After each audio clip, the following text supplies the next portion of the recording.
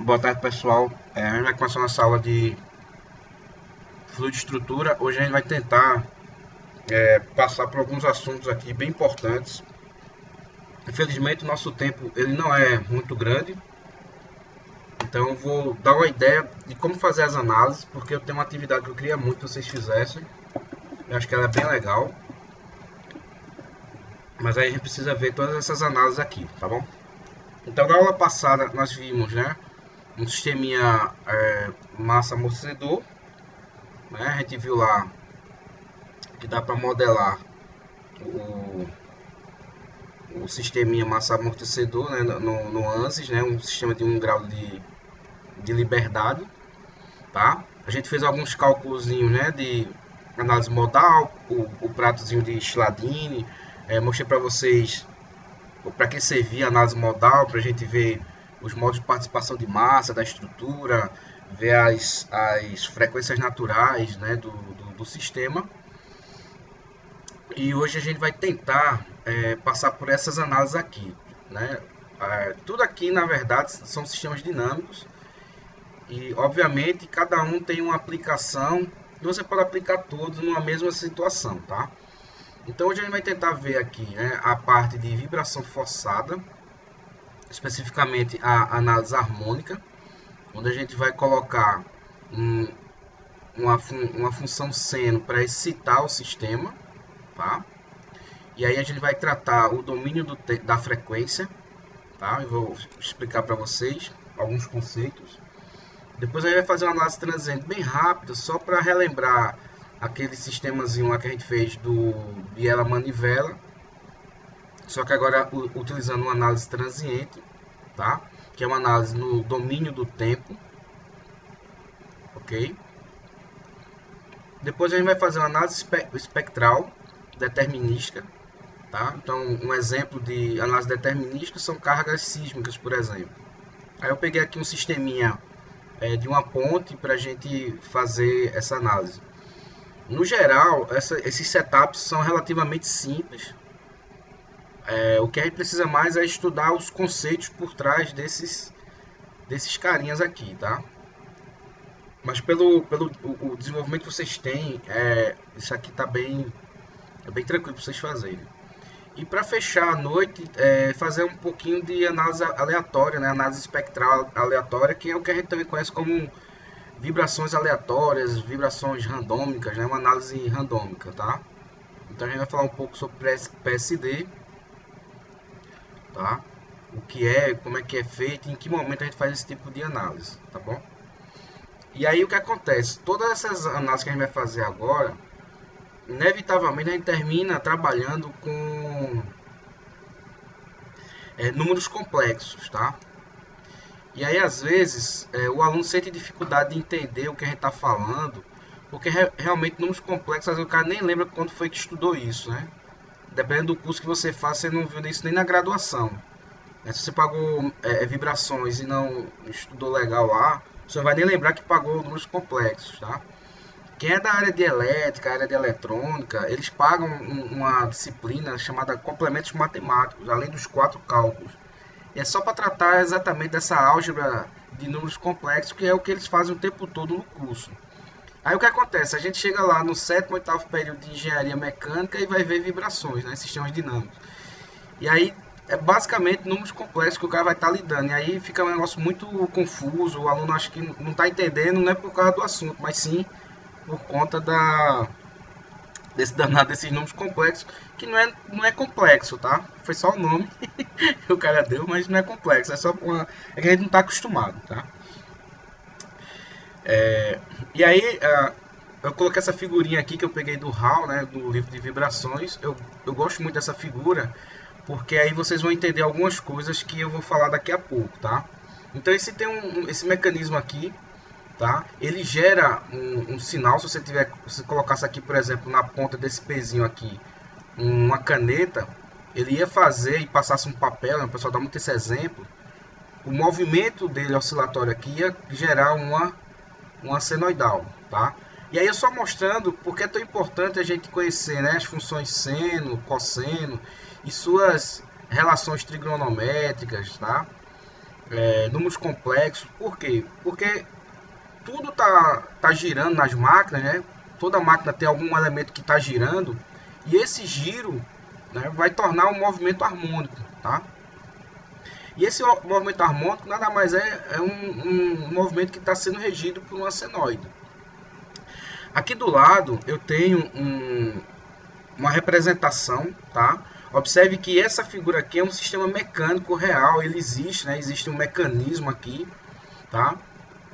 E o que é interessante é que você tem aqui a aplicação de um deslocamento, tá bem pequenininho aqui, tá? Mas é um deslocamento que você aplica.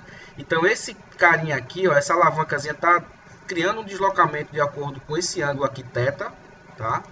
Θ que é ômega t, tá? E o deslocamento x ele é dado pela amplitude no seno de ômega t, tá?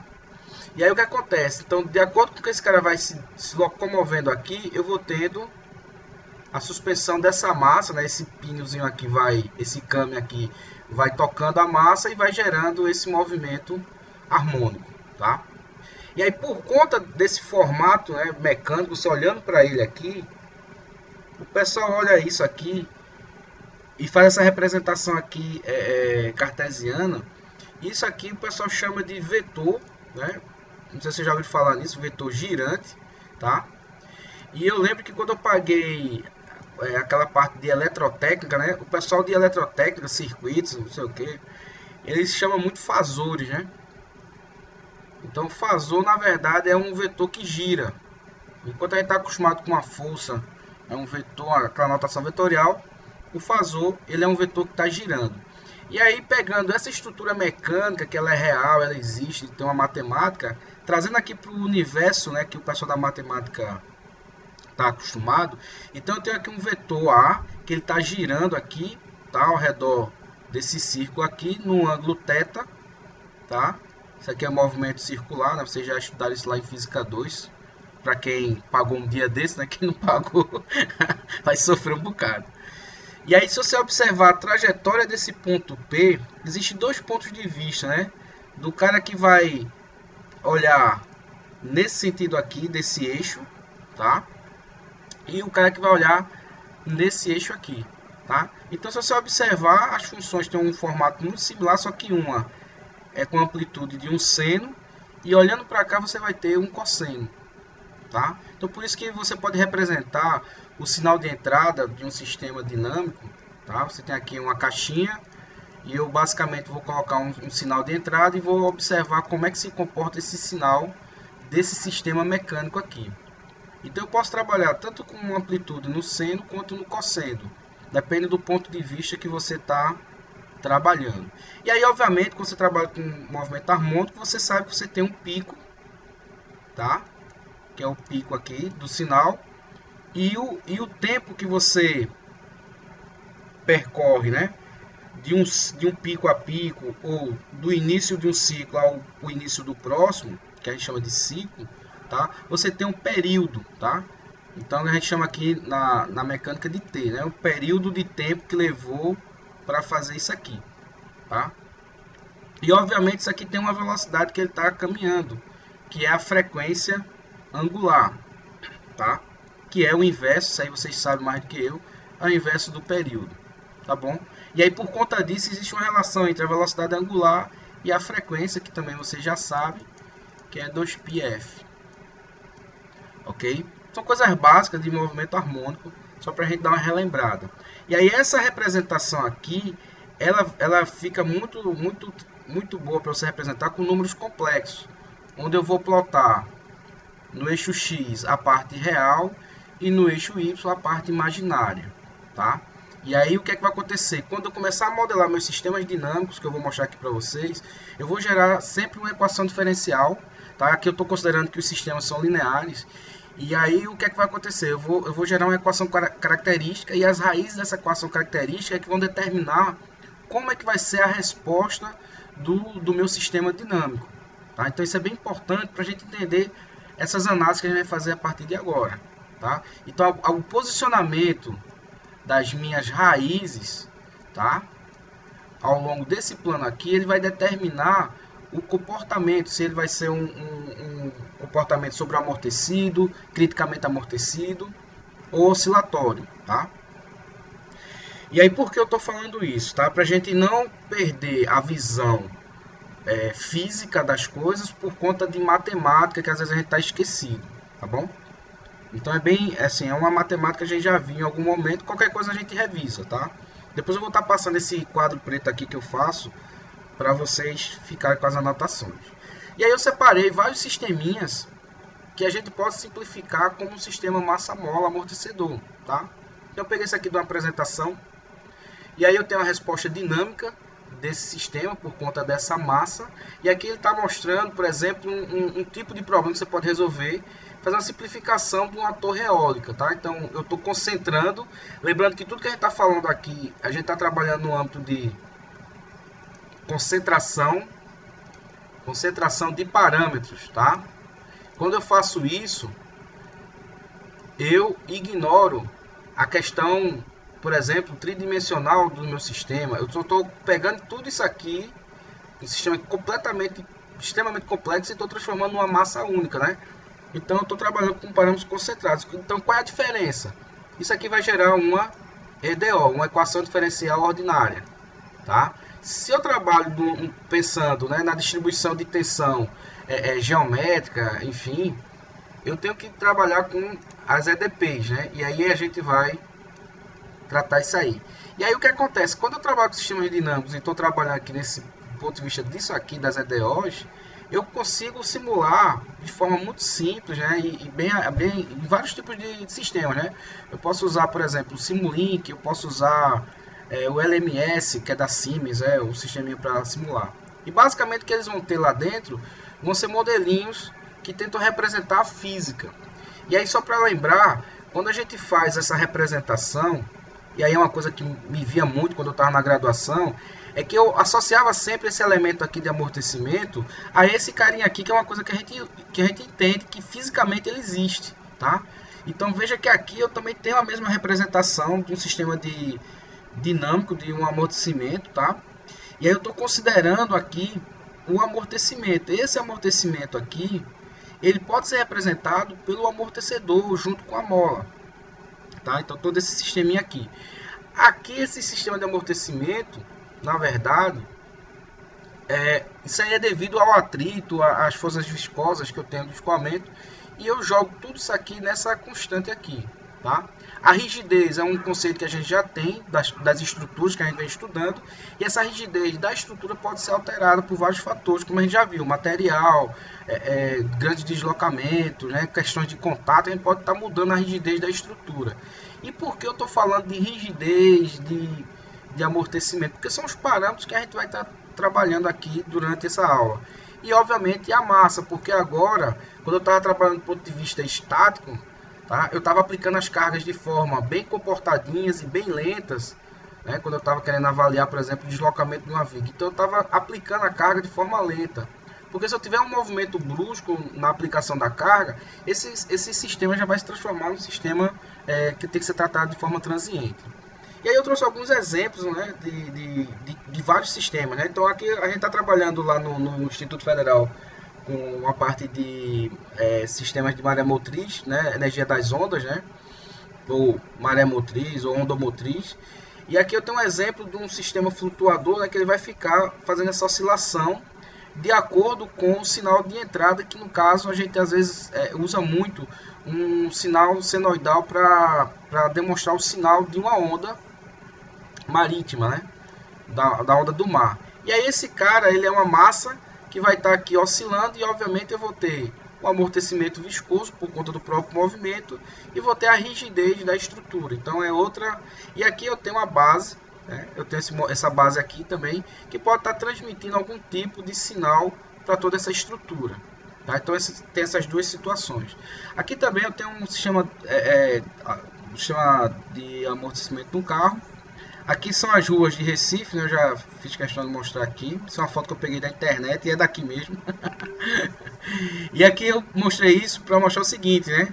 Que você usar uma onda senoidal para excitar o teu sistema, em até certo ponto ele é interessante, tá? Porque a gente vai fazer uma análise bem rápida. Só que muitas vezes os sinais, se eu botar aqui, por exemplo, colar aqui na estrutura do meu carro um acelerômetro, né, e ele começar a andar em Recife, o sinal não vai ser senoidal, mas vai ser um negócio assim, dando uns picos e melhorando. Então é um sinal realmente que aí é onde a gente entra na parte do sinal randômico, né? Então não dá para prever, né? Aqui em Recife a gente prevê que vai ter muito buraco, mas a gente não prevê como é que vai ser ao longo do trajeto, né? Como vai ser essas medidas desse acelerômetro. Por isso que a gente vai fazer análise espectral aleatória, né? Então a gente vai relembrar umas coisinhas lá de estatística, tá bom? Então é só para mostrar a vocês que a gente pode trabalhar com sinais senoidais, dependendo da tua simplificação, ou com sinais aleatórios. Então, por exemplo, eu posso ter um caso também da moto, né? Da moto andando por aqui, né? Então aqui é uma figurinha que eu peguei também lá do HAL. Essa figurinha aqui é do HAL. E aí ele mostra como você pode modelar o teu sistema, né? Só a suspensão, ou você usar vários modelinhos aqui. Aí lembrando, né? Quando eu tenho uma única massa, eu tenho um único grau de liberdade, tá? Quando eu tenho mais de uma massa, eu começo a trabalhar com vários graus de liberdade. E quando eu estou trabalhando aqui dentro do FEA, eu tenho inúmeros graus de liberdade, né, de acordo com a minha discretização, e isso vai me gerar vários modos, né, de vibrar da estrutura de forma, a gente chama de vibração, a frequência natural da minha estrutura, tá? Eu vou mostrar para vocês aqui, como na semana passada, um sisteminha massa-mola. E aí, claro, ele vai ter uma oscilação, ele só vai ter 1 grau de liberdade, no caso aqui da turbina eólica, né? Então eu tenho um único grau de liberdade aqui, ele só se movimenta nesse sentido aqui, nesse probleminha. Aqui eu tenho, por exemplo, a representação, que é o trabalhinho que eu vou querer que vocês façam, que é o passageiro, né? Ele está aqui num sisteminha. E aí, por exemplo, eu posso simplificar, dizer que tanto a massa do cara quanto a massa do banco é um sistema único, tá? E aí ele vai ter um único sistema de um único grau de liberdade. Mas na hora que eu começo a mudar, né? Eu quero botar aqui a massa do motorista, massa da mola, massa do pneu, tá? Então eu começo a trabalhar várias massas significativas. Eu começo a ter, por exemplo, nesse caso aqui eu tenho um sistema de 2 graus de liberdade, ou seja, a massa do assento ela pode ter um deslocamento, o motorista tem outro, e isso quem está levando esse sinal aqui é, no caso, o assoalho, né, o piso aqui da cabine, né, que obviamente isso aqui tem um pneu que está transmitindo essa vibração aqui. E a ideia da gente é tentar minimizar a vibração no motorista. Eu vou mostrar alguns casos aí que eu pego nas minhas andanças aí na indústria, e vocês vão ver os tipos de assento que a turma está usando aí, são terríveis. E aí, claro, você tem um motorista que ele pode estar, por exemplo, em determinado momento, ele pode estar passando, né, num quebra-mola sem perceber, e aí ele dá um pico, né, que já fez isso, né, que já deu uma sobrada no quebra-mola, então ali é um sinal típico, como se fosse um sinal de impulso, né, dá lá aquele pulo. E aí como é que se comporta, por exemplo, essa vibração, esse pico aqui, né, como é que é transmitido, né, do pneu para o assoalho, do assoalho para o banco e do banco para o carro. Depende do tipo de carro que você está usando. Se você estiver usando, por exemplo, um carro 4x4, uma Toyota antiga, você vai quebrar uma costela, né, se você passar no quebra-mola errado. Hoje em dia não, os caras melhoraram muito, mas antigamente tinha isso. Ou também, você pode ter uma situação onde a massa do cara, o cara está se deslocando com a defasagem em relação ao banco. É como se quando o cara estivesse subindo, o banco estivesse descendo, e no outro ciclo o cara fosse descendo e o banco subindo. Então você está tendo uma defasagem aí de sinal, e eu vou mostrar para vocês que isso também tem a ver com a frequência que eu estou recebendo aqui no meu assoalho. Tá? Claro, se eu tiver uma frequência bem baixa, basicamente o movimento desse sistema aqui vai estar como se fosse uma única massa aqui, ou seja, tudo se movimentando no mesmo sentido, tá? Mas vocês vão perceber, isso é um conceito que a gente chama de ângulo de fase, ou seja, eu tenho uma carga que está defasada da outra, e isso gera tensões, né, ações, esforços dentro da minha estrutura, tá? Então isso aqui é só para motivar vocês, né, mostrar que isso realmente é uma coisa extremamente útil dentro das análises, tá bom? E aí eu vou pegar aqui esse sisteminha, né? O velho sisteminha aqui que eu estava querendo simular. né? Eu vou pegar aqui o meu amortecedorzinho, a minha mola, tá? E tenho aqui uma massa. E aí no caso eu tenho, por exemplo, uma força externa que vai excitar o meu sistema, tá? E aí o que acontece? A partir de agora é aquele desenho que a gente sempre viu na graduação, né? E a gente não conseguia fazer uma analogia com sistemas reais e se aquilo realmente era útil, né? A gente ficava no âmbito da caixinha, né? A caixinha de massa. E aí por que eu estou mostrando isso para vocês? Só para mostrar o seguinte, né? Eu vou pegar esse carinha aqui, vou isolar, né? Fazer um DCL dele, um diagrama de corpo livre, né? Vou pegar essa massa. Então eu tenho a massa aqui no interior, eu tenho uma força externa. Essa força externa ela tem vários formatos. Ela pode ser, por exemplo, um degrau, tá? Um sinal degrau, onde eu estou aqui na rodovia e recebo esse sinal. Pode ser um impulso unitário, pode ser um sinal de rampa, tá? Ou seja, eu estou subindo a ladeira de Olinda e isso também pode ser um sinal de rampa. E posso também receber um sinal senoidal quando eu quero fazer uma análise no domínio da frequência, tá? E todos esses sinais eles podem entrar no meu modelinho e aí eu quero saber como é que esse modelinho aqui vai se comportar. Tá? Então essa é a grande ideia do sistema dinâmico.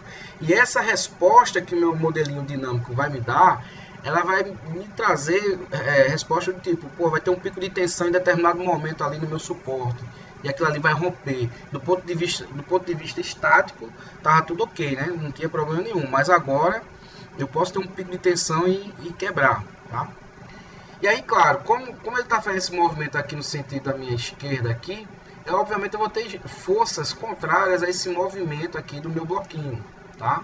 E aí essas forças contrárias vai ser as forças viscosas devido ao atrito ou realmente ao amortecedor, tá? O amortecedor que a gente tem no carro, e as forças, tá, de rigidez da estrutura, que eu vou chamar de FK, tá? Então essas são as forças. Usando a segunda lei de Newton, né, para um corpo em movimento, segunda lei de Newton, vocês sabem que o somatório dessas cargas externas ao bloquinho vai ser igual a massa vezes a aceleração. E aí também uma notação que eu vou usar aqui para ficar mais rápido, né? Lembrando que a aceleração ela é a derivada segunda do deslocamento, tá? E que é a derivada e a velocidade, né? Já errando aqui, a velocidade é a derivada primeira do deslocamento. Lembrando que isso aqui é a derivada, né, do deslocamento, 3 pontinhos aqui, dt2, tá? E esse cara aqui é dx dt, tá? É só por conta para vocês lembrarem que a gente está trabalhando com derivadas, tá? Eu vou usar essa notação aqui que é mais rápida, tá bom? Então o que é que eu faço? Quando eu faço essa modelagem aqui, eu vou ter, né, um sentido, depende do como eu estou usando, que é positivo, que é negativo, mas eu vou usar isso aqui, tá? A força externa menos tudo aquilo que está impedindo o movimento do meu sistema de massa, tá? Que vai ser a minha força viscosa e a minha força de rigidez, né? A rigidez da estrutura vai ser igual a massa vezes a derivada segunda do deslocamento, que é o que me interessa. Eu quero saber quanto é esse deslocamento aqui quando eu aplico uma determinada força, tá? Ou quando eu solto essa barrazinha aqui, essa massazinha, sem força nenhuma, tá? O que é que acontece com essa resposta dinâmica, tá? Então aqui eu vou botar x, 2 pontos, certo? Isso aqui o x é o deslocamento, tá bom? E também aí a gente lembra, né, que a força de rigidez é dada pela constante, né, de rigidez vezes o deslocamento, e a forças viscosas ela vai ser o coeficiente de atrito vezes a velocidade, ok? Substituindo tudo isso aqui, vou trazer para cá, então eu vou ter a força externa menos a viscosidade vezes a minha velocidade menos kx, ok? Isso aqui não é nada demais, isso aqui você já conhece. Eu quero mostrar uma coisa que eu acho muito importante. Então eu vou fazer o seguinte agora, eu tenho um deslocamento, então eu vou deixar tudo aqui que tem deslocamento tudo de um lado só. De forma que eu vou ter aquela equaçãozinha clássica que a gente vê nos livros, né?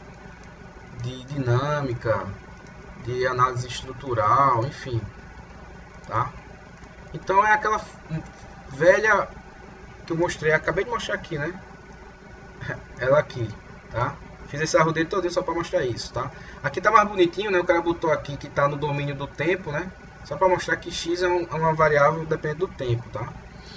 Aqui como eu tô querendo fazer rápido, tá?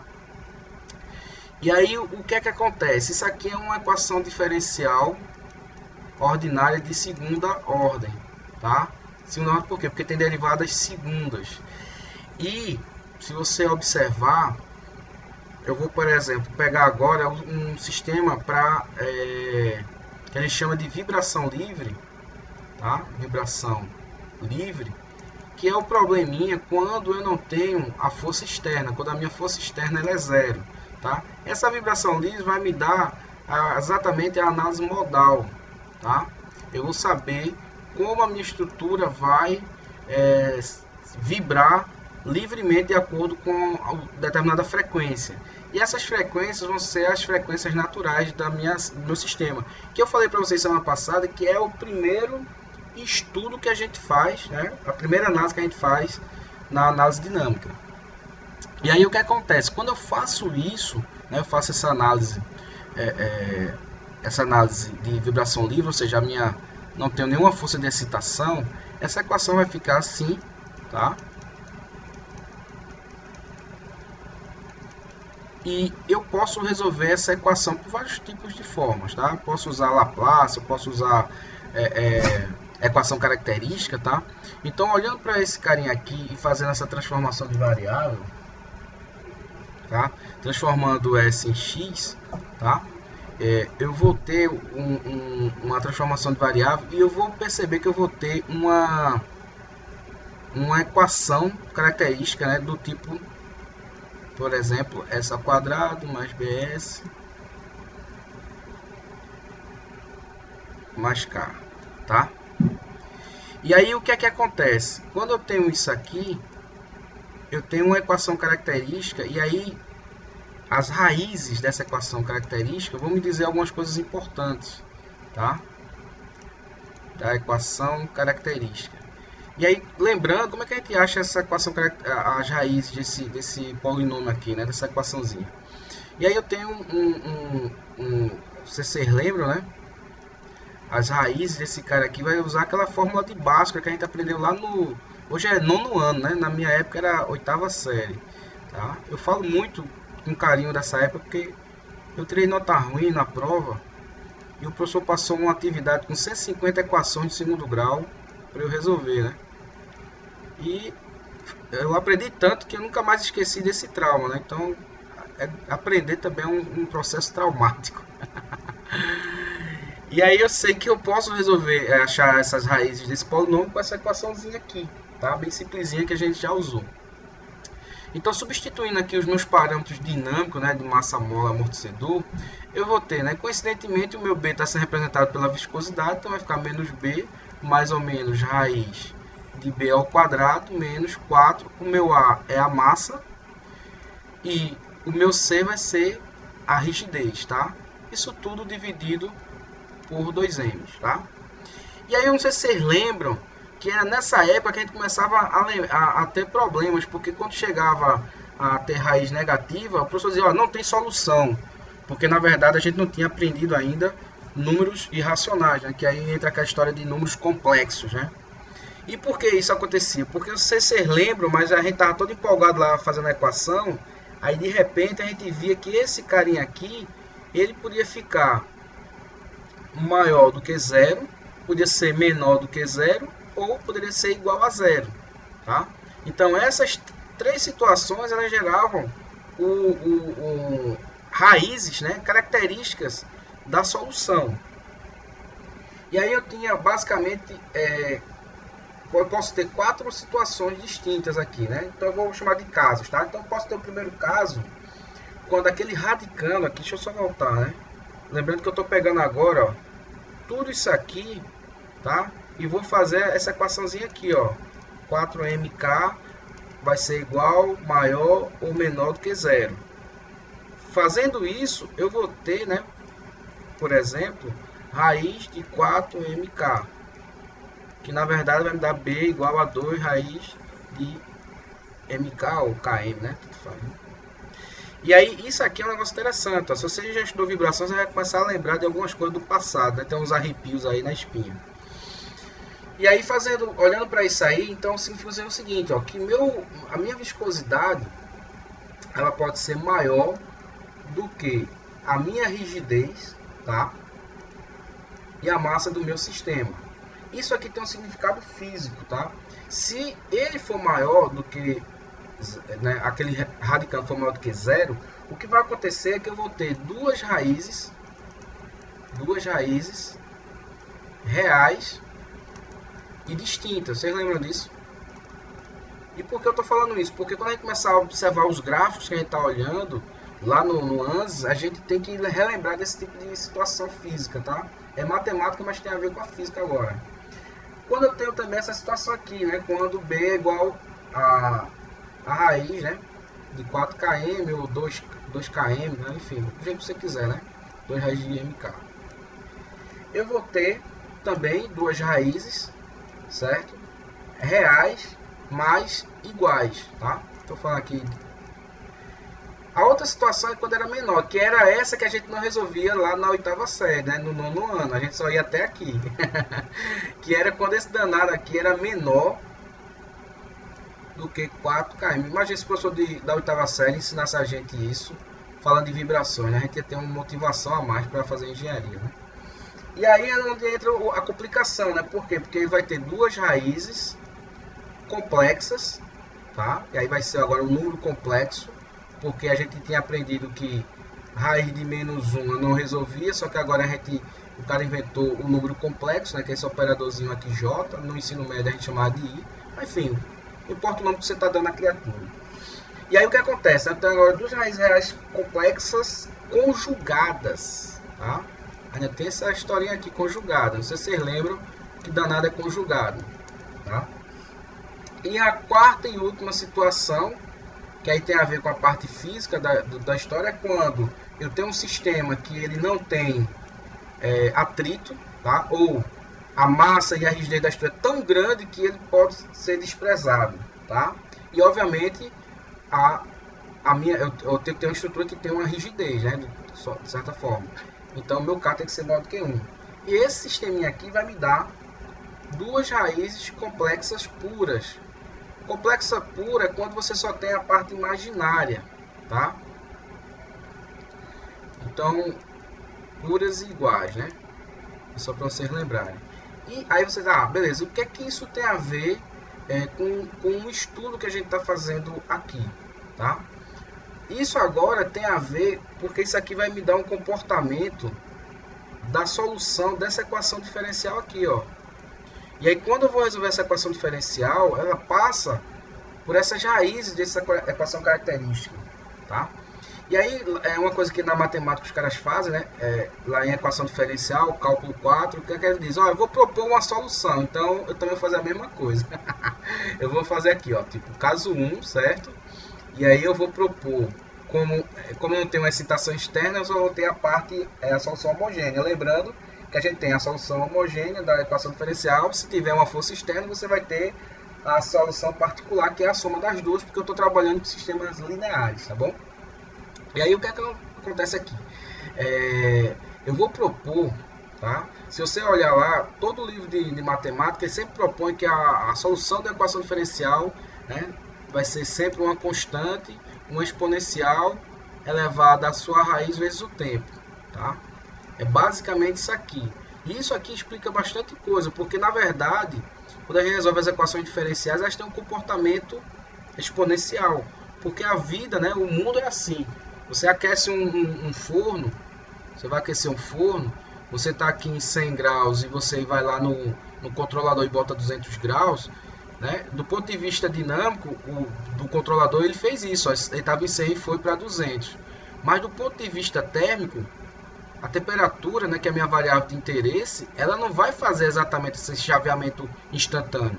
Ela vai ter uma inércia térmica até chegar no regime permanente, ou seja, eu tenho isso aqui. E isso aqui nada mais é do que uma exponencial. Tá? E aí eu não sei se os matemáticos sabiam disso, mas a solução dessas equações passavam por uma exponencial. Bem, aí feito isso, eu vou dizer que o meu deslocamento, né, a solução dessa equação diferencial aqui, ela vai ter a forma, né, que aqui eu estou procurando o x de t, né, um x que varia no tempo, que é a solução da equação diferencial é uma função. Então eu vou achar aqui uma funçãozinha, tá, que como eu tenho aqui duas raízes, eu vou ter exatamente essa distribuição aqui. Eu vou ter C1 elevado, né, exponencial elevada, a raiz 1 vezes o tempo, mais C2 elevado a S2 raiz de t. Beleza? E aí o que é legal? A gente já sabe que quando eu tenho um polinômio característico e acho as raízes, é simplesmente jogar essas raízes aqui e usar as condições de contorno iniciais. E aí eu acho os valores dessas constantes C1 e C2. Era assim que a gente aprendeu lá em cálculo 4. Se você utilizar Laplace, você tem uma outra forma também bem poderosa e bem legal de resolver. Mas Laplace eu uso mais quando eu estou lá trabalhando com sistemas dinâmicos, lá em controle, tá? Mas enfim. E aí o que é que acontece com esses carinhas aqui, tá? Olhando agora no gráfico, e aí eu vou usar o gráfico complexo, onde isso aqui é real, esse cara aqui é a parte imaginária. O que é que ele diz aqui no caso 1? Eu tenho duas raízes reais e distintas, tá? Raízes reais e distintas. Então, dentro dessa situação aqui, eu posso ter ainda duas coisas. Por exemplo, eu posso ter, a primeira situação, eu posso ter as duas raízes, que elas vão estar sempre no eixo real, né, porque são reais. As duas raízes, S1 e S2, elas podem estar, por exemplo, elas serem positivas, né? Elas podem ser, desculpa, negativas, né? Aqui é o zero, né? Estou errando aqui. Aqui é o zero, isso aqui é negativo, aqui positivo, tá? Tá bom? Aqui. E aí o que acontece? Aqui, por exemplo, eu tenho a primeira situação que é as duas raízes negativas. E aí se eu fizer um gráfico aqui, só para exemplificar aqui o que é que eu quero falar com tudo isso, é o seguinte: se eu tenho elas negativas, independente de quanto seja o meu C1, independente de quanto seja o meu C2, tá? Independente disso, eu vou substituir aqui, também depende dos valores que eu tenho aqui, eu quero que vocês percebam o comportamento. Como o valor aqui vai ser negativo dessas raízes, o que é que acontece com a exponencial negativa? Ela vai ter um decaimento, porque a exponencial ela pode ter esse formato aqui, ou pode ser assim, né? Ela pode ir decaindo, ela pode subir ou pode descer. E aí, nesse caso aqui, como as duas raízes são negativas, eu vou ter esse comportamentozinho aqui, ó. Ou seja, depois de um tempo tendendo a infinito, ou seja, regime permanente, esse negócio aqui, a resposta dela aqui vai se tornar zero. E aí o que é que a gente chama isso aqui de sistema sobreamortecido, certo? Amortecido, tá? Então é um sisteminha que é sobreamortecido. Você solta lá a tua massa e ele não vai oscilar, ele vai decaindo até zerar lá o sinal, tá? A outra situação que eu tenho, né? Então aqui o eixo imaginário, tem o eixo real, tá? É quando uma dessas danadas vai virar, por exemplo, positiva. Então imagina aqui eu tenho S1 negativo, S2 positivo. O que é que vai acontecer agora com o meu gráfico? O que é que vocês imaginam? Bem, olhando aqui para o meu gráfico, a gente percebe o seguinte: esse cara aqui continua negativo, ele vai ter esse comportamento aqui de decair, então no longo do tempo ele zera. Só que esse cara aqui agora é positivo, então como esse cara aqui é positivo, a minha exponencial vai fazer isso, né? Ela vai subir indefinidamente, então ela vai ter esse comportamento aqui, ó, tá? Que é um comportamento instável, né? E é um comportamento que eu não quero ter no meu sistema. Eu não quero, por exemplo, se o deslocamento está aumentando indefinidamente, a gente sabendo que a derivada do deslocamento vai me dar a deformação específica, e quando é uma deformação específica eu acho a tensão, né? E aí eu vou ter uma tensão indo lá para casa de caixa-prego, tá? Então é um negócio que eu não quero. E a última é quando eu tenho uma, por exemplo, negativa, né? Então eu tenho S1 negativo e eu tenho a S2 zero, por exemplo, tá? Então eu posso ter essa situação. E aí o que acontece? Eu já sei que S1 vai ficar decaindo ao ponto de zerar, tá? Só que esse termo aqui de C2, o que é que vai acontecer? Isso aqui tendendo a 0, tá? Isso aqui vai ficar 1. Então, ou seja, eu sempre vou ter uma constante C2 na minha resposta. Então, eu vou ter aqui, ó, um sinal que vai ser C2 e vou ter aqui a contribuição de C1, que vai decaindo com o tempo, tá? Esse cara aqui a gente chama de marginalmente, né? Marginalmente estável, tá? Marginalmente estável. Por que marginalmente estável? Porque ele depende das propriedades lá do meu sistema, né? Então, por isso que chama de marginal, porque vai dependendo do sistema, ele vai sendo alterado. Ok? Agora vamos para o segundo caso, quando eu vou ter aqui, por exemplo, deixa eu só separar aqui. Quando eu vou ter aqui, por exemplo, duas raízes reais e iguais. O que é que vai acontecer? Né? Vai ter aquela mesma situação. Eu vou ter desse lado aqui, como elas são iguais, né? Então elas vão ser todas duas, S1 e S2 vão ser negativas. Elas podem ser todas duas positivas e eu posso ter todas duas zeradas, né? Posso ter essas duas situações aqui, tá? Vou fazer aqui rápido para não perder muito tempo aqui com isso, tá? E aí o que é que acontece agora com essa resposta? Essa aqui vai ter, né, olhando aqui a minha equação, ela vai ter também um decaimento, porque as duas são iguais, então ela vai ter um formato parecido com o primeiro aqui, e a gente chama esse cara aqui de criticamente amortecido, tá? Criticamente amortecido.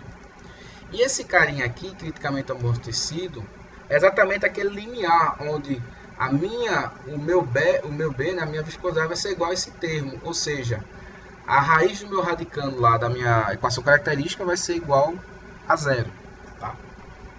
Então ele está no limite, né? Por isso chama de criticamente, porque depois dele ou você está sobreamortecido ou você está subamortecido. E os outros, né? As outras situações que não nos interessam, né? Porque eu sei que, primeiro, esse caso aqui eu vou ter uma situação seguinte, né? Eu vou ter sempre subindo, a gente já sabe. E essa situação aqui, eu vou ter uma reta. Aí você vai dizer, mas por que uma reta? Bem, porque nessa situação aqui, tá? A resposta do meu sistema, ela vai ser isso aqui, ó. Os caras colocaram isso aqui, ó. S1 mais C2T é elevado a S2 de T. Você diz, mas rapaz, por que isso? Porque para que essa situação aconteça, a minha equação diferencial ela vai ficar dessa forma aqui, ó. E se eu for usando aquele sisteminha lá de integrar, eu vou ter no final duas constantes C1 e C2 e que eu vou achar. Por isso que o cara propõe para essa situação aqui esse formato aqui, né? Para esse sistema aqui, quando eu tenho as reais iguais, tá? Então, por isso que quando as duas são zero, o que é que acontece? Esse termo aqui ele zera e esse cara aqui fica 1. Então aqui esse cara aqui fica C1, tá? Esse cara aqui ele não zera, ele vira 1, aliás, estou confundindo. E aí eu vou ter C2, que é exatamente essa equaçãozinha aqui, C1 mais T vezes C2, que aí dá uma equação de uma reta, tá? Então por isso que os caras propõem a solução para quando as raízes reais iguais sejam dessa forma, tá? Que aí você valida quando você substitui na equação diferencial e você acha a solução. Depois eu tenho, quando eu tenho, como é que se chama? Quando eu tenho ele é negativo, né, que é a situação negativa, que aí eu vou ter um sistema que a gente chama de subamortecido, tá? E eu vou ter duas raízes reais conjugadas. E aí o que acontece, tá? Essa é a parte, talvez, que quando eu passar agora as transparências lá na frente, eu precisar desse pano de fundo aqui para vocês tentarem entender, tá? Então aqui eu vou ter duas raízes, tá? Ter duas raízes conjugadas e complexas, tá? Conjugadas e complexas. Aí o que acontece? Se elas são conjugadas e complexas, o número complexo é dado por quem?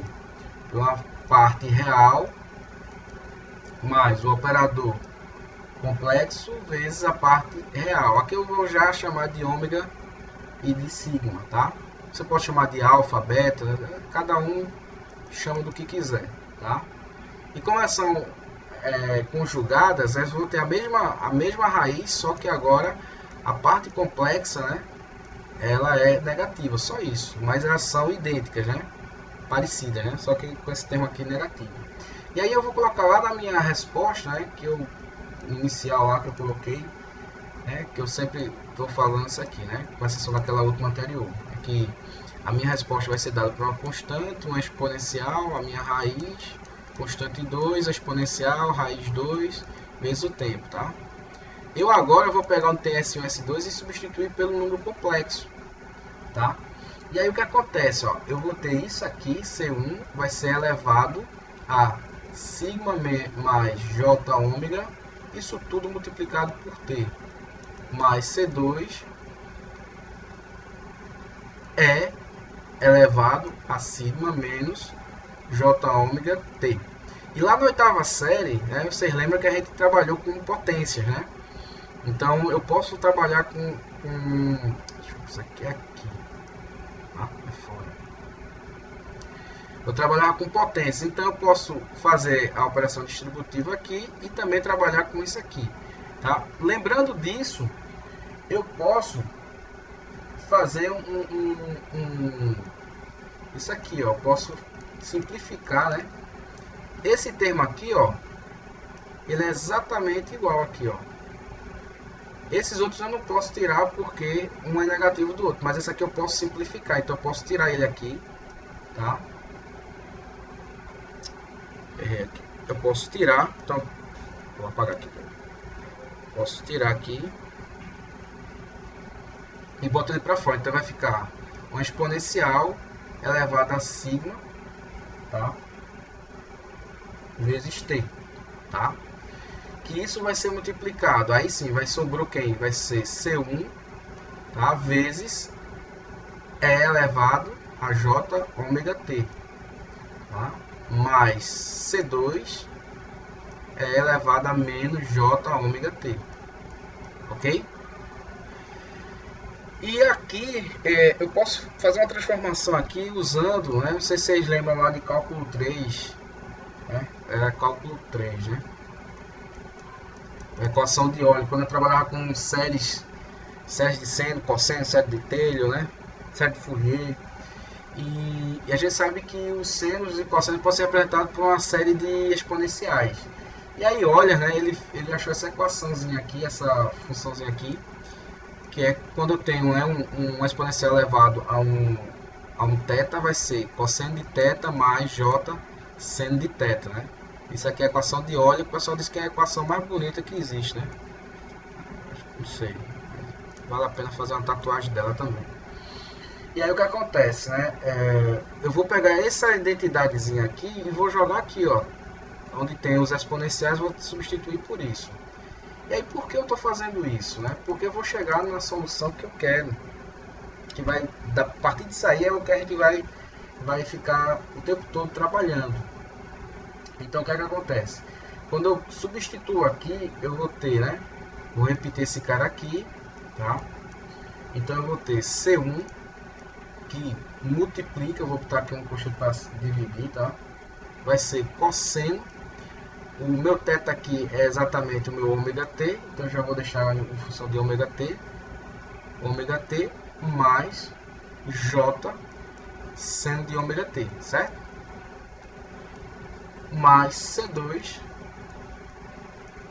cosseno de ômega t, estou só substituindo, tá? Aquele exponencial, seno de ômega t, ok? E fecho o parênteses aqui, tá? Então, olhando para cá, ó, quando eu faço a distribuição desses carinhas aqui, eu percebo que isso aqui se repete, né? Porque é igual cosseno. Né? Esse aqui também é igual, mas é negativo, então eu não posso simplificar. Então eu posso juntar essas constantes aqui, tá? E aí eu posso ter isso aqui, ó. Então eu vou ter esse carinha aqui que vai multiplicar, né? Eu vou botar o correto é botar uma chave, né? vou botar umas chaves aqui e vai ficar, né, C1 mais C2, tá? Que multiplica cosseno, né, que foi o cara que eu simplifiquei, de ômega t, tá? Mais J, que multiplica C1 menos C2, por conta do sinal negativo aqui, ó, vezes seno de ômega t, tá? E aí o que é que eu vou fazer, né? Eu vou juntar todos esses caras aqui em uma constante só, tá? Então eu vou dizer que C3 é igual a soma C2 mais C1 e C4 é um número complexo C1 menos C2, tá? Assim. Beleza? E aí, isso aqui, por que eu estou fazendo isso? Porque eu vou entrar em outra identidade trigonométrica aqui, para me ajudar aqui na resposta que eu quero, tá?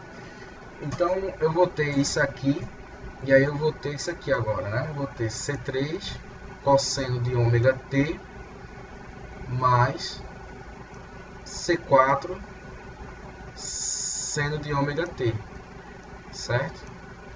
E isso aqui também é uma identidade que eu posso transformar, tá? Eu posso transformar isso aqui, né, quando eu tenho uma soma de um cosseno com seno, eu posso transformar isso num cosseno com ângulo defasado. Então isso vai chegar nisso aqui agora, né? Vai ficar, o meu é sigma t, tá? Vai ser vezes cosseno de ômega t mais um ângulo de defasagem, né? O ângulo de fase, que é o meu φ, tá? E esses dois caras aqui, ó, eles vão ficar aqui no ganho, na amplitude do meu sinal, tá? Essa função aqui, ela pode ser usada, mas essa aqui é o que a gente encontra mais nos livros, tá? Que a gente usa.